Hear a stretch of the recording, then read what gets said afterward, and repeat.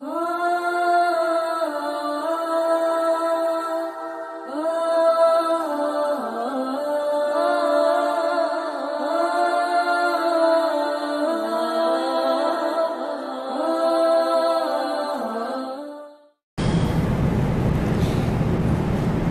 الحمد لله نحمده ونستعينه ونستغفره ونعوذ بالله من شرور أنفسنا ومن سيئات أعمالنا من يهده الله فلا مضل له ومن يضلل فلا هادي له وأشهد أن لا إله إلا الله وحده لا شريك له وأشهد أن محمدا عبده ورسوله أما بعد قال الله تعالى في القرآن العظيم الفرقان المجيد أعوذ بالله من الشيطان الرجيم يا أيها الذين آمنوا اتقوا الله حق تقاته ولا تموتن إلا وأنتم مسلمون وقال أيضا يا أيها الناس اتقوا ربكم الذي خلقكم من نفس واحدة وخلق منها زوجها وبث منهما رجالا كثيرا ونساء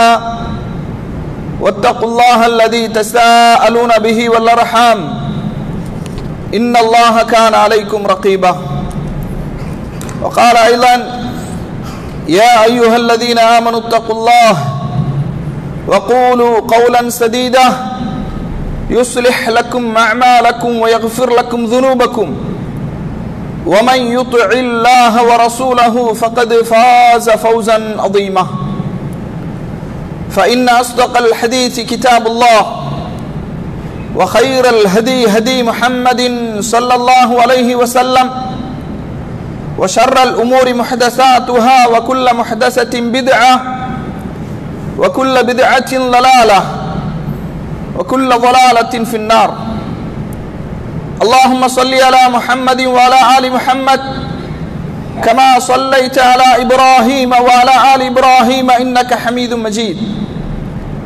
اللهم بارك على محمد وعلى آل محمد كما باركت على إبراهيم وعلى آل إبراهيم إنك حميد مجيد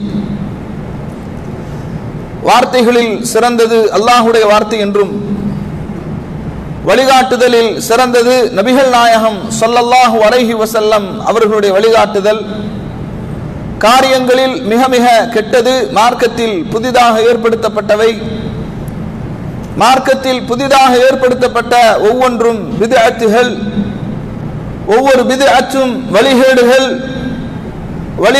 அனைத்தும் நரகில் கொண்டு போய் சேர்க்கும் என்று நபிகள் நாயகம் ஸல்லல்லாஹு அலைஹி வஸல்லம் அவர்கள் இந்த மனித சமூகத்தை அச்சமூட்டி எச்சரிக்கை செய்ததை இந்த தருணத்தில் நினைவுபடுத்த நானும் கடமைப்பட்டிருக்கின்றேன். அன்பிற்கினிய எல்லாமல்ல அல்லாஹுவின் நல்லடியார்களே, சகோதரர்களே, மனிதன் செய்கின்ற சில பாவங்களுக்கு குற்றங்களுக்கு அல்லாஹு தஆலா இந்த உலகத்திலேயே அதற்குரிய தண்டனையை வழங்கி விடுகின்றான். இன்னும் சில பாவங்கள் குற்றங்களுக்கு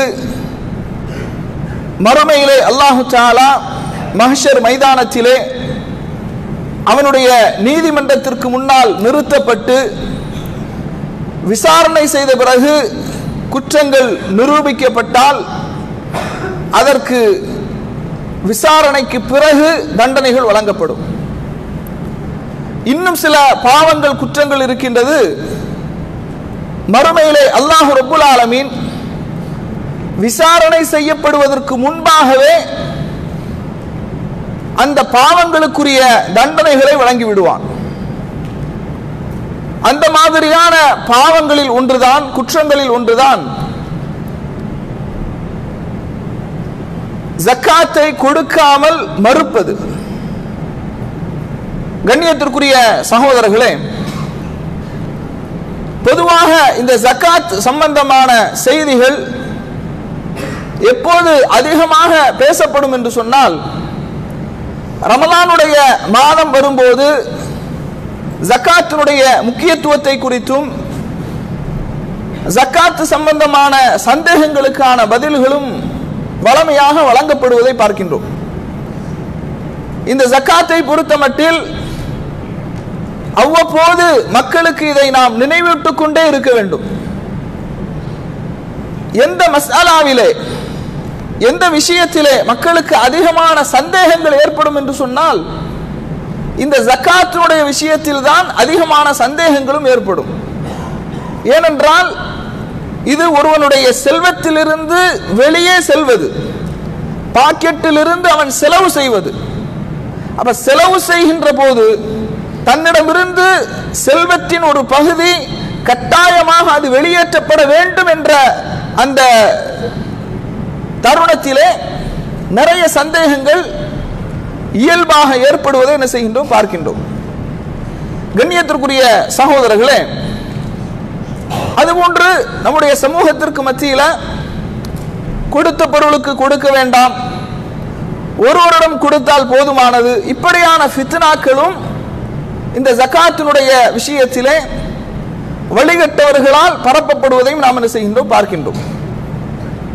கண்ணியத்திற்குரிய சகோதரர்களே, மறுமையில் ஒரு மனிதன் ஈமானோடு மரணித்தாலும் கூட ஜக்காத்தை அவன் நிறைவேற்றவில்லை என்றால் அவனுடைய சுவனமும் நரகமும் தீர்மானிக்கப்படுவதற்கு முன்பாக அந்த ஜக்காத்தை நிறைவேற்றாத காரணத்தினால் அவனுக்கு இந்த மாதிரியான தண்டனைகள் வழங்கப்படுகிறது. இந்த உலகத்தில் மனிதன் நினைக்கலாம், நான் சம்பாதித்த செல்வம் நான் யாருக்கு கணக்கு கொடுக்க வேண்டும்? இன்கம் டாக்ஸ் ரைடு வரப்போகுதா எல்லாருடைய வீடுகளிலும், அல்லது வேறு விதமான வருமான வரித்துறையினர்கள் வரப்போகின்றார்களா? யாருக்கும் நான் கணக்கு கொடுக்க வேண்டிய அவசியம் இல்லை என்று இந்த உலகத்திலே வேண்டுமானால் என்ன செய்யலாம், வாழலாம். ஆனால் மறுமையில் ஜக்காத்துக்குரிய முறையான அந்த தொகையை கணக்கிட்டு முறையாக நாம் செலுத்தவில்லை என்றால், ஏழைகளுடைய அந்த ஹக்கை நாம் நிறைவேற்றவில்லை என்றால் கண்டிப்பாக அதற்கான தண்டனையை மறுமையிலே அவன் அனுபவித்துதான் ஆக வேண்டும். ரசூலுல்லாஹி ஸல்லல்லாஹு அலைஹி வஸல்லம் அவர்கள் சொல்றாங்க, மன் ஆத்தாஹு அல்லாஹு மாலன், யாருக்கு அல்லாஹு தஆலா செல்வத்தை கொடுத்து ஃபலம் யுஅத்தி ஜகாத்தஹு, யார் அந்த செல்வத்திற்குரிய ஜக்காத்தை கொடுக்கவில்லையோ, முஸ்ஸில லஹு மாலுஹு யௌமல் கியாமத்தி ஷுஜாஅன் அக்ரஅ, அந்த செல்வம் எப்படி உருமாற்றம் செய்யப்படும் என்றால் தலை வழுக்கையான கொடிய நஞ்சுடைய கிழட்டு பாம்பாக அந்த செல்வம் உருமாற்றம் செய்யப்பட்டு காட்சி தரும் என்று நபிகள் நாயகம் ஸல்லல்லாஹு அலைஹி வஸல்லம் அவர்கள் சொல்றாங்க. லஹு ஜபீபத்தானி, அந்த வழுக்கை தலையுடைய கொடுமையான விஷமுடைய அந்த நஞ்சுடைய அந்த பாம்புக்கு 2 கருப்பு புள்ளிகள் இருக்கும். யுதவ்வகுஹு யௌமல் கியாமத்தி, மறுமை நாளில் யாரெல்லாம் முறையாக கணக்கு பார்த்து ஜக்காத்தை கொடுக்கவில்லையோ அவனுடைய கழுத்திலே அது மாலையாக சுற்றப்படும். அல்லாஹ்வுடைய தூதர் ஸல்லல்லாஹு அலைஹி வஸல்லம் அவர்கள் சொல்றாங்க, ثم ياخذ بلهزمتيه يعني بشدقيه, அந்த பாம்பு அவனுடைய முகவாய் கட்டையை 2 தாடைகளையும் பிடித்துக் கொண்டு ثم يقول انا مالك انا كنزك, நான் தான் நீ சேர்த்து வைத்த செல்வம், நான் தான் உன்னுடைய பொருளாதாரம் என்று அந்த பாம்பு பேசும் என்று ரசூலுல்லாஹி ஸல்லல்லாஹு அலைஹி வஸல்லம் அவர்கள் சொல்றாங்க. சொல்லிவிட்டு அல்லாஹ்வுடைய தூதர் அவர்கள் சூரத்து தௌபாவுடைய வசனத்தையும் என்ன செய்யறாங்க, சூரத்து ஆல இம்ரானுடைய வசனத்தையும் ஓதி காட்டுகின்றார்கள். வலா யஹ்ஸபன்னல்லதீன யப்கலூன பிமா ஆதாஹுமுல்லாஹ், அல்லாஹ் தங்களுக்கு வழங்கி இருக்கக்கூடிய செல்வத்தை கருமித்தனம் செய்தவர்கள், கஞ்சத்தனம் செய்தவர்கள் எண்ணிக்கொள்ள வேண்டாம். அல்லாஹ் தன்னுடைய அருளில் இருந்து வழங்கிய செல்வத்தை கருமித்தனம் செய்தவர்கள், கஞ்சத்தனம் செய்தவர்கள் எண்ணிக்கொள்ள வேண்டாம். ஹுவ கைரல் லஹும், அது அவர்களுக்கு நல்லது என்று எண்ணிக்கொள்ள வேண்டாம். பல் ஹுவ ஷர்ருல் லஹும், அது அவர்களுக்கு கேடுதான், அது அவர்களுக்கு தீமைதான். சயுதவ்வகூன மா பகிலூ பிஹி யௌமல் கியாமா, மறுமை நாளில் அது அரிகண்டமாக கழுத்திலே சுற்றப்படும் என்று அல்லாஹ் ரப்புல் ஆலமீன் திருமறை குர்ஆன்ல 3வது அத்தியாயத்தினுடைய 180வது வசனத்திலே சொல்லி காட்டுகின்றார். இந்த செய்தி சஹீஹ் புகாரில 1403வது செய்தியாக இடம்பெறுகின்றது. இப்ப யோசித்து பாருங்கள் கண்ணியத்திற்குரியவர்களே, மறுமை நாளில் விசாரணை செய்யப்படுவதற்கு முன்பாகவே ஒருவனுக்கு தண்டனை வழங்கப்படுகிறது என்றால் ஜக்காத்தை அவன் கொடுக்க மறுத்ததின் காரணமாக. அன்பிற்கினிய சகோதரர்களே, உண்மையிலேயே செல்வம் படைத்த செல்வந்தர்கள் தங்களுடைய மனதிலே கை வைத்து சிந்தித்து பார்க்க கடமைப்பட்டிருக்கின்றார்கள். உண்மையிலேயே முறையாக நம்முடைய சேமிப்புக்கு முறையாக நாம் ஜக்காத்தை கொடுக்கின்றோமா? கணக்கு பார்த்து அத்துணை செல்வத்திற்கும் முறையாக நாம் ஜக்காத்தை கொடுக்கின்றோமா? அதுபோன்று தன்னுடைய மனைவிமார்களிடத்தில் இருக்கக்கூடிய தங்க நகைக்காக கணக்கு பார்த்து முறையாக அதற்குரிய ஜக்காத் வழங்கப்படுகிறதா? நிறைய மக்கள் சொல்லுகின்ற சில காரணங்களில் மிக முக்கியமான ஒரு காரணம் என்ன அப்படின்னா, நான் சம்பாதிக்கின்ற என்னுடைய வருமானம், என்னுடைய செல்வம், அது வீட்டு வாடகைக்கும் மருத்துவத்திற்கும் பிள்ளைகளுடைய கல்விக்கும் இதர செலவினங்களுக்கும் சரியாக இருக்கின்றது. வருமானமும் செலவினமும் மிகச்சரியாக இருக்கின்றது. என்னுடைய மனைவிக்குரிய நகைக்குரிய ஜக்காத்தை கொடுப்பதற்கு என்னிடத்திலே செல்வம் இல்லை என்று ஒரு காரணத்தை முன்வைத்து தங்களுடைய மனைவிமார்களுடைய நகைக்குரிய ஜக்காத்தை கொடுக்காமலேயே பலரும் வாழ்ந்து கொண்டிருக்கின்றார்கள்.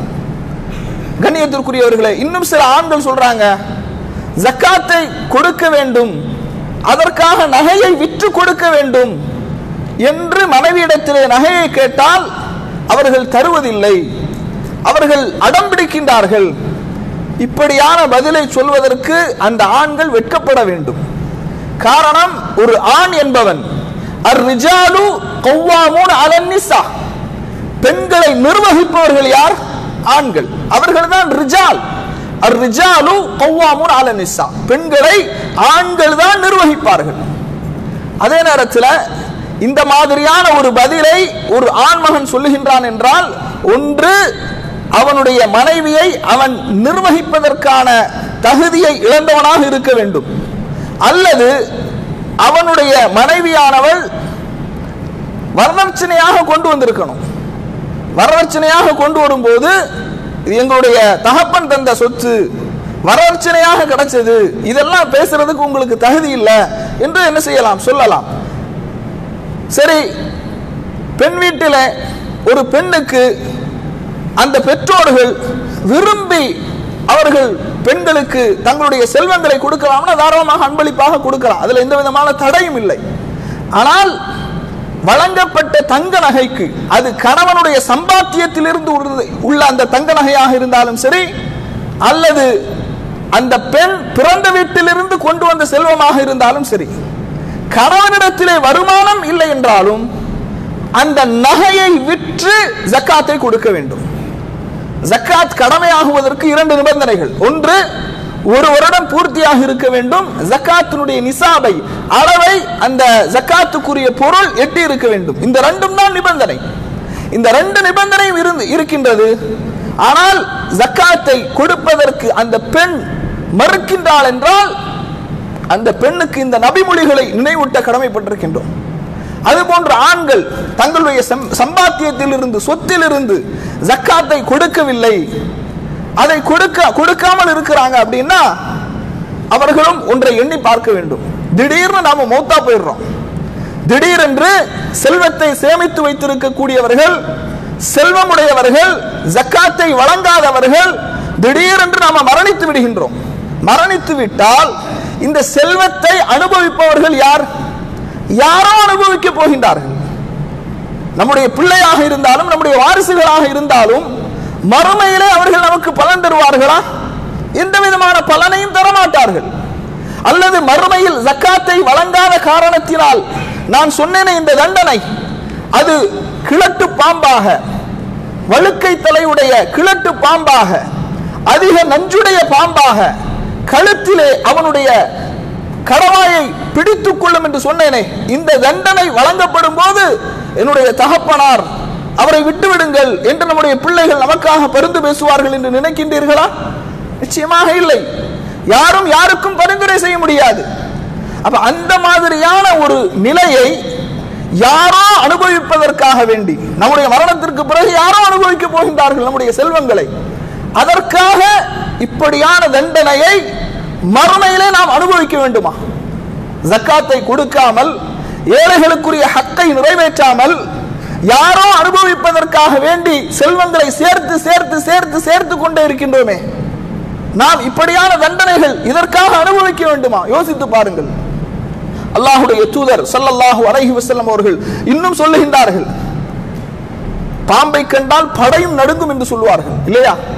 அல்லாஹுடைய தூதர் அவர்கள் சொல்லுகின்றார்கள், சாஹிபி மாலின் லா யுஅத்தி ஜகாத்தஹு, செல்வமுடையவன் அதற்குரிய ஜக்காத்தை வழங்கவில்லை என்றால் மறுமை நாளில் அது கிழட்டு பாம்பாக, அதிக நஞ்சுடையதாக அவனுடைய கழுத்திலே சுற்றப்படும்.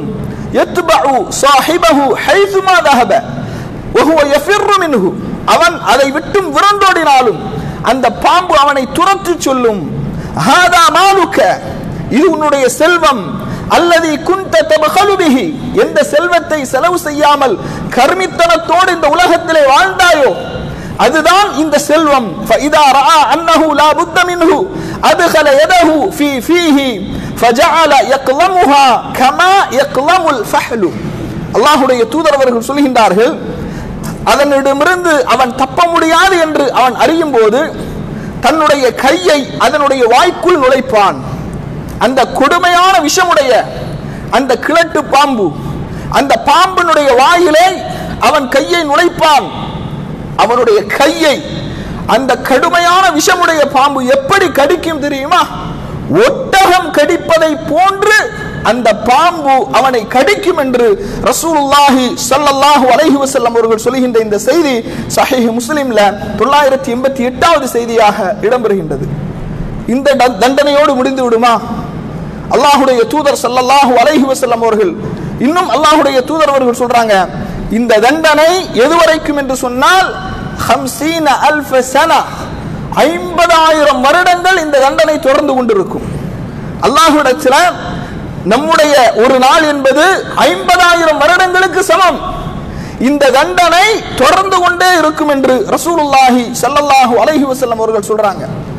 இன்னும் பாருங்க, அல்லாஹ் தஆலா திருமறை குர்ஆனிலே சொல்கின்றான், வல்லதீன யக்னிஸூன الذهب والفضة, யார் வெள்ளியையும் தங்கத்தையும் சேமித்து வைக்கின்றார்களோ, வலா யுன்ஃபிகூனஹா ஃபீ சபீலில்லாஹ், அல்லாஹ்வுடைய பாதையில் அதை செலவு செய்யவில்லையோ, அதற்குரிய உரிமையை கொடுக்கவில்லையோ, ஏழைகளுடைய ஹக்கை நிறைவேற்றவில்லையோ, ஃபபஷ்ஷிர்ஹும் பிஅதாபின் அலீம், அவர்களுக்கு நோவினை தரக்கூடிய வேதனை உண்டு என்று நபியே நீங்கள் சுப செய்தி சொல்லுங்கள் என்று அல்லாஹ் தஆலா சொல்கின்றார். இந்த வசனங்கள் எல்லாம் எந்த பெண்மணிகள் ஜக்காத்தை கொடுக்காமல் தங்க நகையை விற்று ஜக்காத்தை கொடுக்க மறுக்கின்றார்களோ அவர்களுக்கு ஓதப்பட வேண்டிய வசனங்கள். குடும்ப தலைவர்கள் அவர்களுக்கு இந்த வசனங்களையும் இதனுடைய பொருளையும் ஓதி காண்பித்து, அல்லாஹுடைய ஹக்கை, ஏழைகளுடைய ஹக்கை நீ நிறைவேற்றிவிடு, மறுமையிலே அல்லாஹு தஆலா இதனால் உனக்கு மிக கடுமையான தண்டனையை வழங்க இருக்கின்றான் என்று எச்சரிக்கை செய்வதற்கு குடும்ப தலைவர்கள் மிகவும் அவர்கள் பொறுப்புடையவர்களாக இருக்கிறாங்க.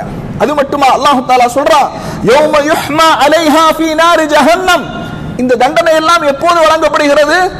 மறுமையில் விசாரணை செய்யப்படுவதற்கு முன்பாகவே வழங்கப்படுகிறது. அல்லாஹ் தஆலா தொடர்ந்து சொல்றான், யௌம யுஹ்மா அலைஹா ஃபீ நாரி ஜஹன்னம் ஃபதுக்வா பிஹா ஜிபாஹுஹும் வஜுனூபுஹும் வதுஹூருஹும். அல்லாஹ் தஆலா சொல்றான், அந்த தங்கத்தையும் வெள்ளியையும் சேர்த்து சேர்த்து வைத்தானே, அதை உருக்கி அவனுடைய முதுகுகளிலும் விலாப்புறங்களிலும் நெற்றியிலும் சூடு போடப்படும்.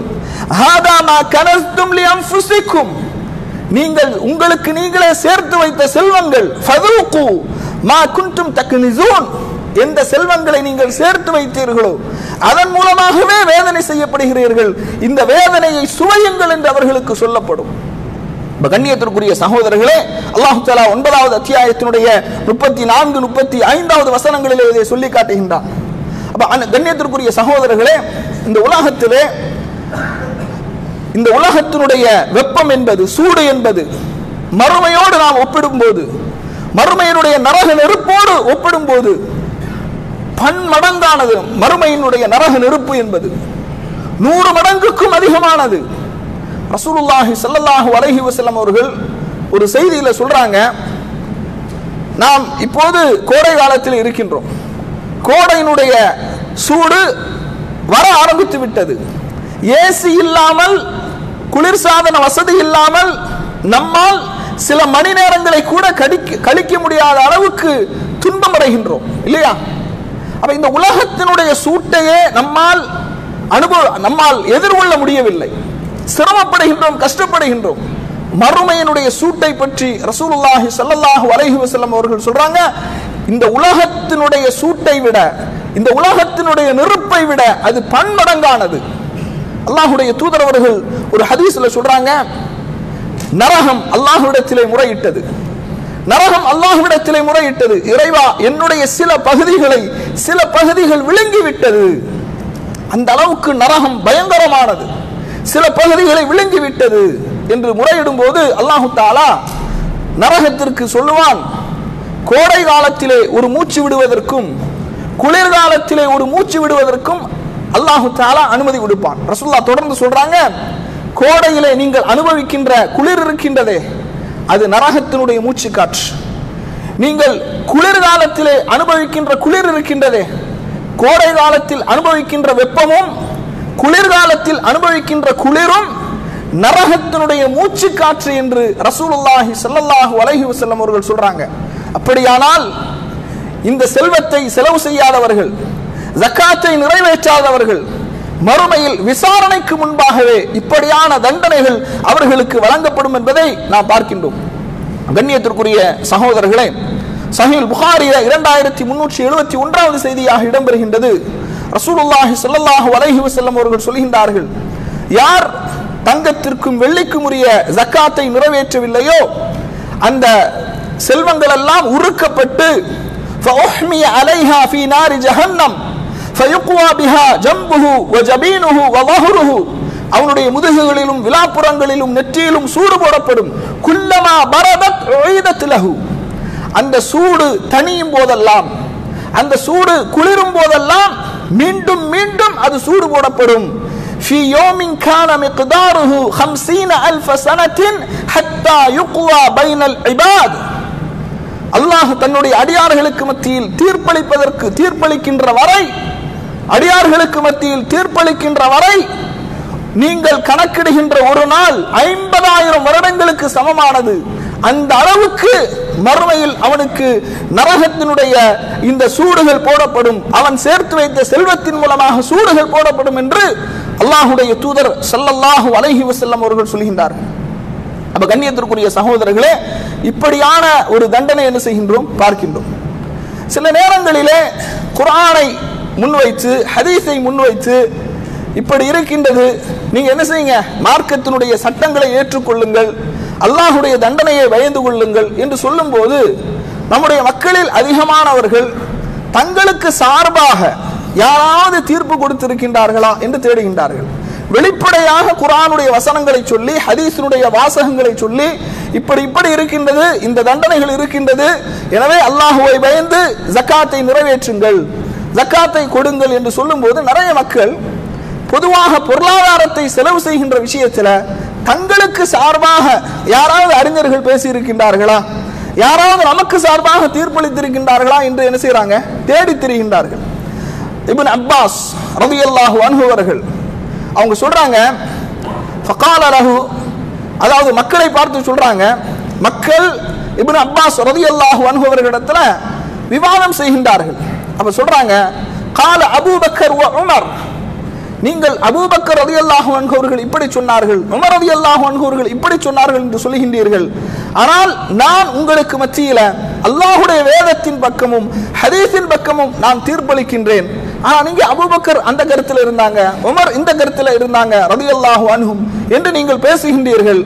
உங்களின் மீது வானத்திலிருந்து கல்மழை பொழிவதை நான் பயப்படுகின்றேன். أقول قال رسول الله صلى الله عليه وسلم وتقولون قال أبو بكر وعمر. அல்லாஹ்வுடைய தூதர் அவர்கள் இப்படி சொல்லி இருக்கின்றார்கள் என்று நான் சொல்லுகின்றேன், நீங்கள் அபூபக்கர் அப்படி சொல்லுகின்றார்கள், உமர் இப்படி சொல்லுகின்றார்கள் என்று பேசுகின்றீர்கள் என்று என்ன செய்றாங்க?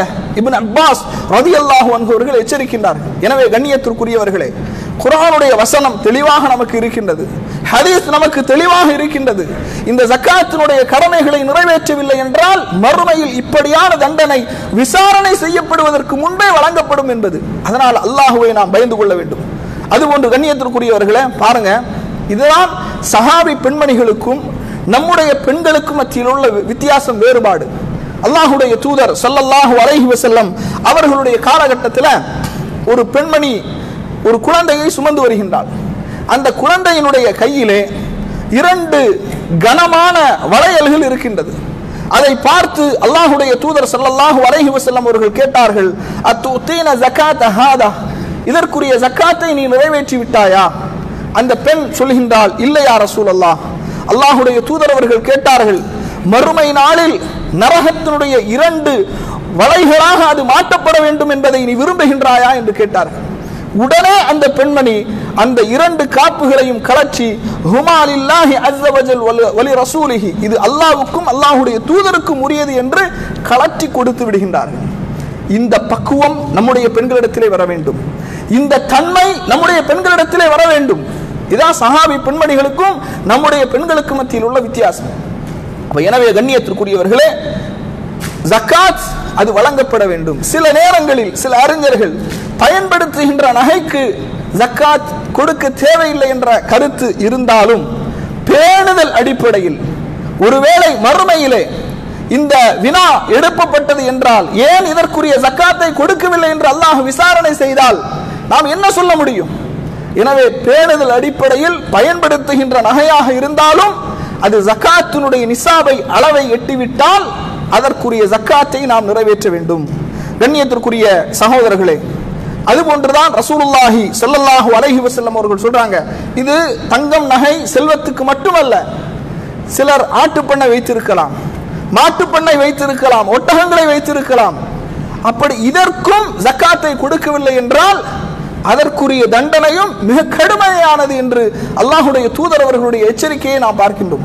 ரசூலுல்லாஹி ஸல்லல்லாஹு அலைஹி வஸல்லம் அவர்கள் சொல்றாங்க, ஒட்டகத்தினுடைய உரிமையாளர்கள் அவற்றுக்குரிய கடமையை அவர்கள் செய்யாமல் இருந்தால் மறுமை நாளில் அந்த ஒட்டகத்தை அல்லாஹு தஆலா இந்த உலகத்தில் அந்த ஒட்டகம் எந்த அமைப்பில் இருந்ததோ அதைவிட பன்மடங்காக அந்த அமைப்பை உருமாற்றி அந்த ஒட்டகங்கள் ஒரு மிகப்பெரிய மைதானத்திலே ஜக்காத்தை, ஒட்டகத்திற்குரிய ஜக்காத்தை நிறைவேற்றாத அந்த மனிதன் அமர வைக்கப்படுவான். அந்த ஒட்டகங்கள் அவனை மிதித்துக் கொண்டு செல்லும் என்று, குதித்தோடி கால்களால் அவனை மிதிக்கும் என்று ரசூலுல்லாஹி ஸல்லல்லாஹு அலைஹி வஸல்லம் அவர்கள் சொல்றாங்க. மாட்டினுடைய ஜக்காத்தை ஒருவன் நிறைவேற்றவில்லை என்றால், ஆட்டினுடைய ஜக்காத்தை ஒருவன் நிறைவேற்றவில்லை என்றால் அந்த ஆடுகளும் மாடுகளும் இந்த உலகத்தில் இருக்கக்கூடிய அந்த உருவ அமைப்பை விட பன்மடங்காக அந்த உருவ அமைப்பு மாற்றப்பட்டு ஜக்காத்தை நிறைவேற்றாதவன் மைதானத்திலே தனியாக அமர வைக்கப்பட்டு அந்த ஆடுகளும் மாடுகளும் அவனுக்கு மத்தியிலே குதித்தோடும் அந்த கால்களால் அந்த குழம்புகளால் அவனை மிதிக்கும் என்று ரசூலுல்லாஹி ஸல்லல்லாஹு அலைஹி வஸல்லம் அவர்கள் சொல்கின்ற செய்தியை பார்க்கிறோம். எனவே கண்ணியத்திற்குரியவர்களே, ஜக்காத்தை அல்லாஹ்வுக்கு பயந்து முறையாக கணக்கு பார்த்து, ரமலான்ல ஏதோ சில செல்வங்களை அநாதை நிலையங்களுக்கு, மதரசாக்களுக்கு என்று ஏதோ சில செல்வங்களை கொடுத்து விட்டால் ஜக்காத்தை நிறைவேற்றியதாக நம்மிலே பலரும் கருதுகிறோம். அப்படியல்ல, முறையாக கணக்கு பார்த்து, முறையாக சரியாக துல்லியமாக கணக்கு பார்த்து ஜக்காத்தை நிறைவேற்றக்கூடிய மக்களாக, நான் சொன்னதை போன்று இந்த உலகத்தில் யாரோ அனுபவிப்பதற்காக வேண்டி செல்வத்தை சேர்த்து அதை நாம் அனுபவிக்காமல் மரணித்த பிறகு யாரோ அனுபவிப்பதற்காக வேண்டி செல்வத்தை சேர்க்கின்றோமே, அந்த சேர்த்து அதனுடைய ஹக்கு நிறைவேற்றப்படவில்லை என்றால் இப்படியான தண்டனைகளை நாம் ஏன் அனுபவிக்க வேண்டும்? யோசித்து பாருங்கள். எனவே அல்லாஹ்வுக்கு பயந்து ஜக்காத்தை நிறைவேற்றக்கூடிய மக்களாக அல்லாஹு தஆலா நம் அனைவரையும் ஆக்கிடுவானாக என்று கூறி ஜும்மாவின் முதல் உரையை நிறைவு செய்கிறேன். அல்ஹம்துலில்லாஹ் அல்ஹம்துலில்லாஹி அல்லதி ஹதானா லிஹாதா வமா குன்னா லினஹ்ததிய லௌலா அன் ஹதானா அல்லாஹ். அம்மா பஅத். அன்பிற்கினிய சகோதரர்களே, அதுபோன்று மறுமையில் விசாரணைக்கு முன்பாக ஒருவனுக்கு அவன் செய்கின்ற சில பாவங்களுக்காக தண்டனை வழங்கப்படுகின்றது. அதுல இன்னொரு பாவம் என்னவென்றால் பெருமை அடித்தவர்களுடைய நிலை என்று அல்லாஹ்வுடைய தூதர் அவர்கள் சொல்றாங்க. அல்லாஹ் ரப்பல் ஆலமீன் யுஹ்ஷருல் முத்தகப்பிரூன யௌமல் கியாமஹ், மறுமை நாளில் அல்லாஹ் தஆலா யாரெல்லாம் இந்த உலகத்திலே செல்வத்தை வைத்து ஆட்சி அதிகாரங்களை வைத்து பெருமை அடித்துக் கொண்டிருந்தார்களோ அவர்களெல்லாம் மறுமையில ஒன்று திரட்டப்படுவார்கள். அப்படி ஒன்று திரட்டப்பட்டு அவர்கள் எறும்பின் அளவுக்கு அவர்கள் சிறுமைப்படுத்தப்பட்டு எல்லா புறத்திலிருந்தும் அவர்களை இழிவுகள் சூழ்ந்து கொள்ளும். நரகத்தினுடைய அந்த சிறைச்சாலையிலே அவன் இழுத்து வரப்படுவான். அது மட்டுமல்லாமல் அந்த நரகவாசிகளுடைய சீல் சலம் அவனுக்கு உணவாக புகட்டப்படும் என்று ரசூலுல்லாஹி ஸல்லல்லாஹு அலைஹி வஸல்லம் அவர்கள் சொல்கின்றார்கள். இது சம்பந்தமான இன்னும் கூடுதலான சில தகவல்கள் இருக்கின்றது. இன்ஷா அல்லாஹ் அதை வரக்கூடிய வாரங்களிலே தெரிந்து கொள்வோம். அல்லாஹ் ரப்பல் ஆலமீன் இந்த பாவங்கள் எல்லாம் மறுமையில் விசாரணை செய்வதற்கு முன்பாகவே தண்டனை வழங்கப்படும் என்று அல்லாஹ்வுடைய தூதர் அவர்கள் எச்சரித்தார்களோ அந்த பாவங்களில் இருந்தெல்லாம் விலகி வாழக்கூடிய மக்களாக அல்லாஹ் உங்களையும் என்னையும் ஆக்கிடுவானாக. வ ஆகிரு தஅவானா அல்ஹம்துலில்லாஹி ரப்பில் ஆலமீன்.